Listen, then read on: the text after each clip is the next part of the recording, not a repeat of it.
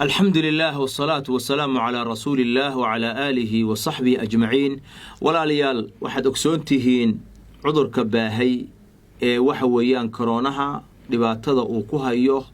مجالات مقدشو جارهان صوماليا سجود جارهان مجالات مقدشو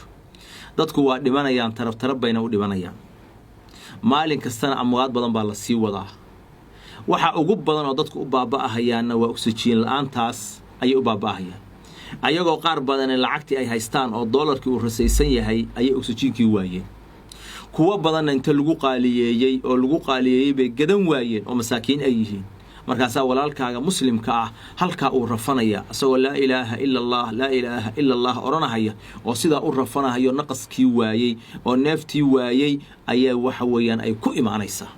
dadka noocaasa qofka u gurmanahaya oo u istaagahaya wuxuu soo galayaa ilaahay qowlkiisii waman ahyaaha fakannama ahya an-nas jamii'a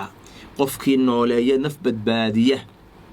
wuxuu la mid yahay dadka dhamaantood asagoo badbaadiya maantoo kale mudanta in wax lagu bixiyo oo sadaqada aad haysatid miskiinka rafanahaya oo oxygenkii gadan waaya lagu caawiyo oo lagu garab istaago oo ganacsatadu jeebkooda ay furaan nabigu wuxuu yiri qofkii awooda walaalkiis inuu anfaco war ha anfaco maanta ugu qaalisantaa ugu mudantahay mas'uuliyadda ka saaran ganacsatada waxooda inay bixiyaan mas'uuliyadda ka saaran dhaqaatiirtu wixii ay awoodaan inay ku didaalaan mas'uuliyadda ka saaran dawladda inay hawsha iyada ah ilaahay uga baqaan waa مسؤولية عظيمة dadkii oo baaba'ahaya oo isbitaaladii la soo dhoobahayo oo oxygen la'aan ah kuwa musuqmaasuqaya oo wax ka dhex raadinaya oo oranaya maanta idin dagatay inaad ka faa'iideysataan oo miskiinka ku qaaliyeysaan waxaan leenahay tijaaradaasi baraka ma leh ilaahay uga baqo subhanahu wa ta'ala war maxaa raxmadda idin ka qaaday nabigu wuxuu leeyahay irhamu man fil ard yarhamkum man fis samaa war dadka dhulka yaala makhluuqa u naxariista ilaahay baa idin naxariisanaya hadii waxa weeyaan qof ay waraabiyay haraadaha ilaahay uu janno ku siiyay maxaad u malaynaysaa qofka bulshada intaas oo haamood u iibiyay oo ilaahay sabab uga dhigay inay badbaadaan maxaad u malaynaysaa walaalayaal waa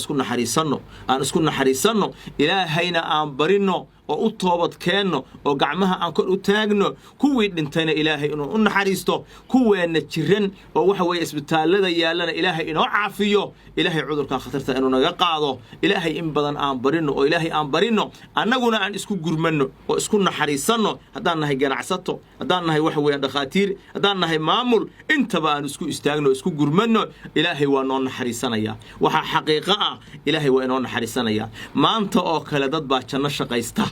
dad baa maanta kale intay khaa'imiin noqdaan ka taajira oo xoolo xaaraana ka kasba naarna ku galaya qofka wax ka dhex raadinaya miskiinkaas oxygen la'aanta u dhimanaya ilaahay ka baq baan leenahay oo ilaahay ka baq walaalayaal ilaahay in badan aan barino ilaahay subhanahu wa ta'ala waa inaga qaadaya annaguna aan isku gurmano wa sallallahu ala nabiyyina muhammad wa ala alihi wa sahbihi ajma'in.